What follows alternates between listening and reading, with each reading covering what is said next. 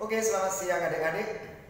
Minggu lalu kita sudah belajar tentang pertama pengertian biologi, kedua ciri sains, ketiga sikap ilmiah, keempat objek kajian biologi dan permasalahannya. Nah, biologi itu sebagai sains tentu berkembang berdasarkan ada salah satu rasa ingin tahu. Rasa ingin tahu itu bisa diwujudkan melalui penelitian atau eksperimen. Tentu kita menggunakan cara namanya metode ilmiah. Nah, metode ilmiah yaitu cara sistematis untuk memecahkan masalah. Cara sistematis untuk memecahkan masalah. Nah, ada cara sistematis ya untuk memecahkan masalah. Oke. Nah, masalah berarti fenomena yang ada kita lihat perlu kajian untuk menjawab masalah tersebut. Nah, bagaimana langkah-langkah atau urutan dari metodenya itu? Urutan pertama, saya buat di sini yang pertama, identifikasi masalah. Oke, identifikasi masalah. Identifikasi masalah itu berarti kita buat nanti dalam bentuk pertanyaan yang membutuhkan jawaban, gitu ya. Pertanyaan yang membutuhkan jawaban.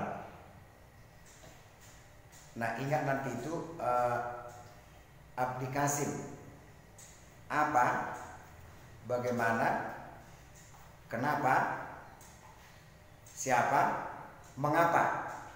Atau dalam bahasa Inggris kan ada yaitu 5W 1H, why, where, when, how. Oke. Yang kedua, setelah kita identifikasi masalah itu, kita rumuskan, maka ada disebut namanya observasi. Pengamatan di lapangan. Kita lihat observasi di lapangan itu, kita kumpulkan data, kita catat hasil observasi itu, itulah namanya data.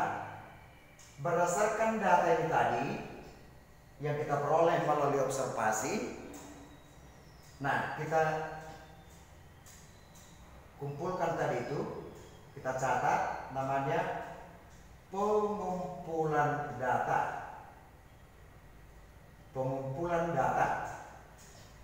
Setelah kita kumpulkan data, maka kita rumuskanlah itu hipotesis ya. Hipotesis tidak sama dengan dugaan. Hipotesis itu jawaban sementara terhadap masalah, jawaban sementara. Ya. Hipotesis itu ada dua. Pertama, hipotesis alternatif. Yang kedua, hipotesa nol. Nah, ini. Nah, hipotesa alternatif dia menjelaskan ada pengaruh antara X dan Y atau ada hubungan. Hipotesa nol kan tidak ada. Tidak ada pengaruh X terhadap Y. Nanti akan kita bahas itu apa itu X, Y itu tentang variabel. Nah, hipotesa itu kita uji melalui eksperimen. Eksperimen atau percobaan. Oke? Namun ingat bahwa penelitian itu ada metode observasi ya, sampai pengumpulan data sampai sini tanpa eksperimen. Ada yang menggunakan eksperimen. Dalam sains biasanya digunakan itu yaitu model eksperimen. Nah, dari eksperimen ini tadi atau disebut namanya percobaan, tentu ada langkah-langkah eksperimen. Ada data yang kita peroleh dari eksperimen, kita analisis data itu, maka muncullah kesimpulan.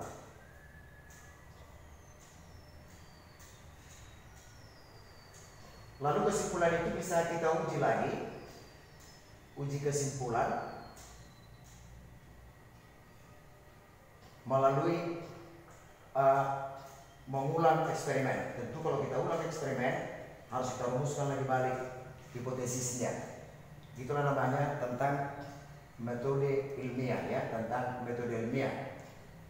Nah sekarang kita lihat dulu mengenai variabel ya, variabel faktor pengubah gitu ya. Nah variabel itu dalam metode ilmiah itu ada, pertama disebut variabel bebas.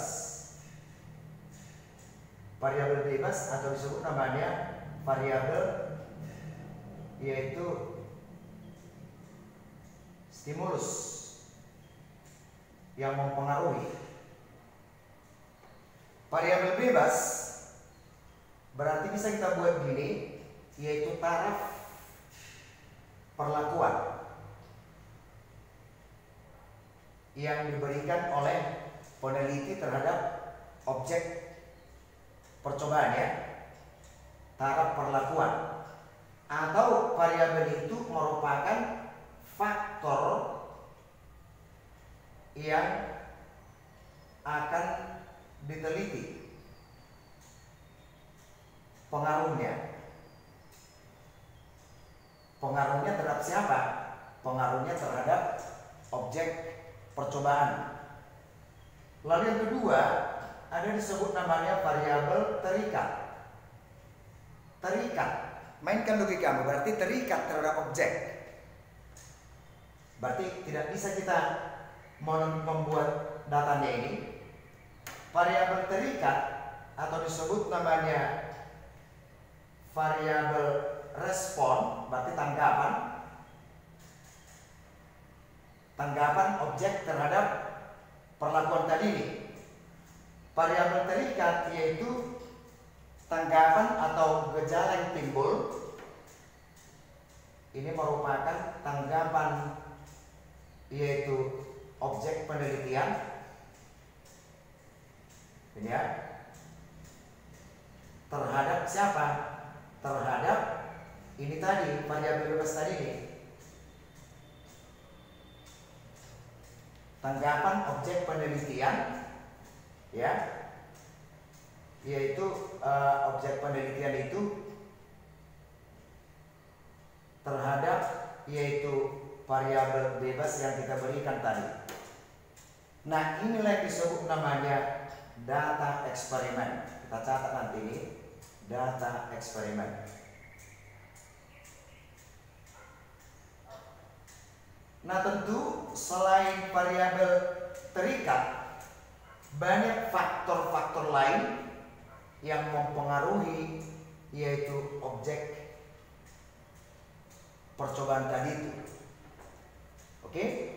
Maka ada faktor-faktor yang harus kita kontrol atau harus kita samakan, namanya variabel terkontrol.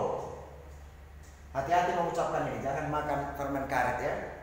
Variabel terkontrol. Nah, variabel terkontrol ini adalah faktor-faktor yang harus disamakan pengaruhnya. Harus disamakan pengaruhnya terhadap objek penelitian. Oke, ada variabel bebas, ada variabel terikat, ada variabel terkontrol. Nah sekarang saya ambil contoh judul penelitian ya. Oke, saya buat di sini itu pengaruh yaitu pemberian urea terhadap pertumbuhan padi. Oke, pengaruh urea terhadap pertumbuhan padi. Nah, pengaruh urea terhadap pertumbuhan padi.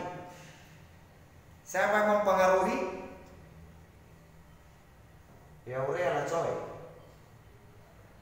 Apa yang dipengaruhi? Padi, yaitu yang mau kita lihat sini pertumbuhannya. Nah, bagaimana rumusan masalahnya? Coba ya, rumusan masalah, bagaimana pengaruh urea terhadap pertumbuhan padi? Buatkanlah di sini yaitu kata tanya di depannya ini, tuliskanlah judul ini.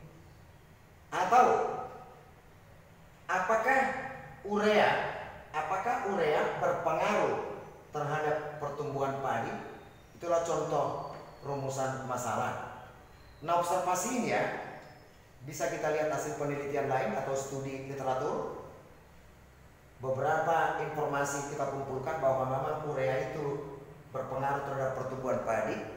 Cuman dosis berapa dia yang paling tepat atau disebut dosis optimum itu bisa diperoleh melalui eksperimen. Nah, lalu hipotesisnya, misalnya hipotesis dari sini gitu, coba ya, saya buat dari sini dia hipotesa A. Urea berpengaruh terhadap pertumbuhan padi. Oke, atau ada pengaruh urea terhadap pertumbuhan padi. Kalau misalnya saya buat ini dosis urea yang tadi ini kan, ini adalah X, dan pertumbuhan padi ini saya buat adalah Y. Maka hipotesa alternatifnya adalah ya X berpengaruh terhadap Y. Berarti urea berpengaruh terhadap pertumbuhan padi, atau ada pengaruh X terhadap pertumbuhan padi. Ganti aja di X-nya ini. Nah, hipotesa 0 kamu harus sisipkan di sini. X tambahkan di sini nanti dia ini. X tidak berpengaruh terhadap Y. Gampang toh? Atau tidak ada pengaruh terhadap Y, 0. Oke. Nah, sekarang bagaimana dia variabel bebasnya itu? Coba kita lihat di sini variabel bebas. Tadi kan tingkat perlakuan yang kita berikan. Kita buat dari sini misalnya perlakuannya itu. Misalnya kita bagi di sini perlakuannya itu yaitu A, B, C, D. Berarti ada 4, bisa sampai E gitu ya. Nah, A misalkan itu kita berikan di sini dia pupuk urea 0 gram per polybag gitu ya, per pot. Misalkan di sini kita buat di situ adalah 5. Ini kita buat 10. Ini kita buat 15. Ini yang disebut namanya kelompok kontrol pembanding. Ini kita sebutkan namanya kelompok eksperimen yang mendapat perlakuan. Nah, kalau misalkan dibuat di sini yaitu 4 ulangan. Ulangan artinya adalah objek yang mendapat perlakuan yang sama. Berarti ini 0. Ada kita buat nanti 4 pot, 4 polybag yang tidak diberi urea. Ini ada 5 yang 5 gram, ada kita buat 4. Berarti jumlah polybag yang kita berikan ini kan 4 kali 4 sama dengan 16. 4 kali 4 sama dengan 16. Sempat tidak sempat materi ini harus kita bahas gitu ya. Oke, gitu lapannya. Ini sebagai pembanding terhadap kelompok eksperimen.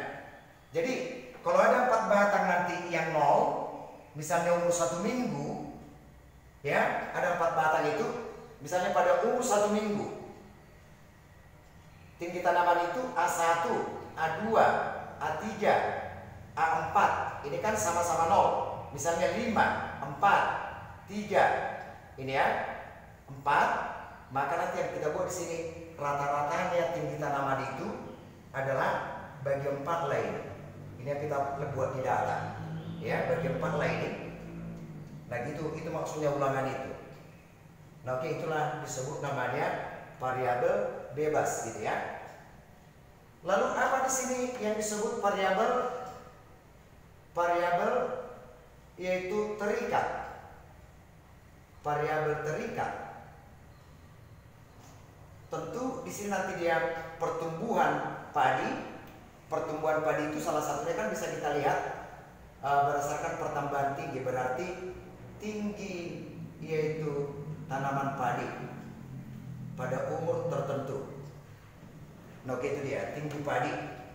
Nah, itulah mengenai variabel terikat. Variabel terkontrol ini kan tadi pengaruh urea. Kalau ini tadi ada 16 polybag, berarti air yang kita berikan harus sama semua. Jangan ini kamu siram 1 kali 1 hari, ini 3 kali 1 hari, ini sekali seminggu, ini 2 kali seminggu. Berarti nanti kan yang berpengaruh sudah air. Ukuran polybag, jenis tanah, posisinya supaya bisa mendapatkan cahaya, itu semua harus kita kontrol, kita samakan, maka disebut variabel terkontrol. Nah, data yang kita berikan nanti kita laporkan, data eksperimen itu, ya, setelah kita buat ini eksperimen, kita analisis data, baru nanti dapatlah disebut namanya kesimpulan. Data bisa dilaporkan dalam bentuk tabel, bisa diagram batang, bisa diagram lingkaran gitu ya. Itulah cara penyajian data. Maka kalau kita buat nanti di situ dalam bentuk grafik, sumbu Y, ini sumbu X, oke? Sumbu Y, sumbu X, pengaruh urea terhadap pertumbuhan padi, ya. X tadi kita misalkan di situ adalah variabel bebas, berarti sumbu X-nya variabel bebas. Di sini adalah variabel terikat. Ya, variabel terikat atau disebut variabel respon. Oke. Bebas X, terikat Y. Nah, gitulah dulu mengenai metode ilmiah. Jika ada hal yang kurang mengerti, bisa ditanya. Ulang-ulangi lagi materinya. Ulang-ulangi lagi. Oke. Selamat belajar. Horas.